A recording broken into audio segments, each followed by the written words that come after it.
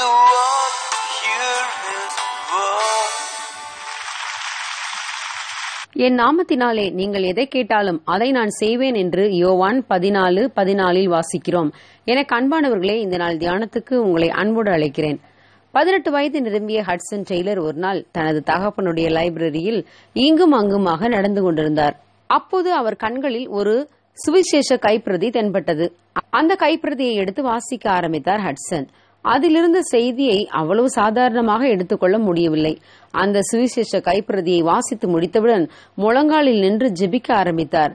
அன்றே இயேசுவை தன் சொந்த இரட்சகராக ஏற்றுக்கொண்டார்.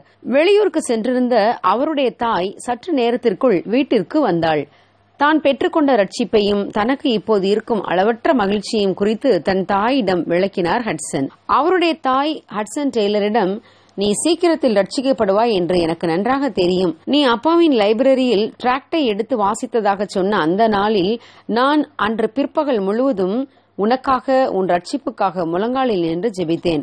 நீ ரட்சிக்கப்பட்டு இயேசுவை சொந்த இரட்சகராக ஏற்றுக்கொள்வாய் என்று எனக்கு உறுதியாக என் மனதில் உணர்த்தப்படும் வரை நான் ஜெபத்தை முடிக்கப் போவதில்லை என்று விடாப்பிடியாக ஜெபித்தேன் என்று தன் மகனிடம் சொன்னாள் அந்த தாய்.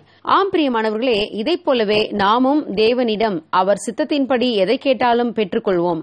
விடாப்பிடியான ஜெபம் நிச்சயம் நமக்கும் பதிலை பெற்றுத்தரும்.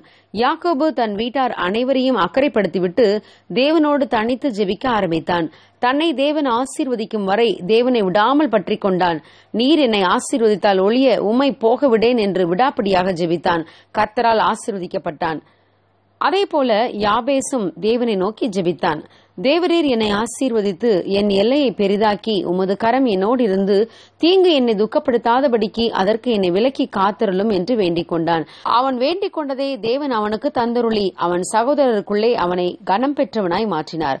ஆம் தேவ பிள்ளைகளே, ஜெபமே ஜெயத்தை கொண்டு வரும். நம் வாழ்வின் சூழ்நிலைகள், குடும்பம், சபை, நமது தேசம் இவற்றுக்காக தேவனிடம் மன்றாடுவோம்.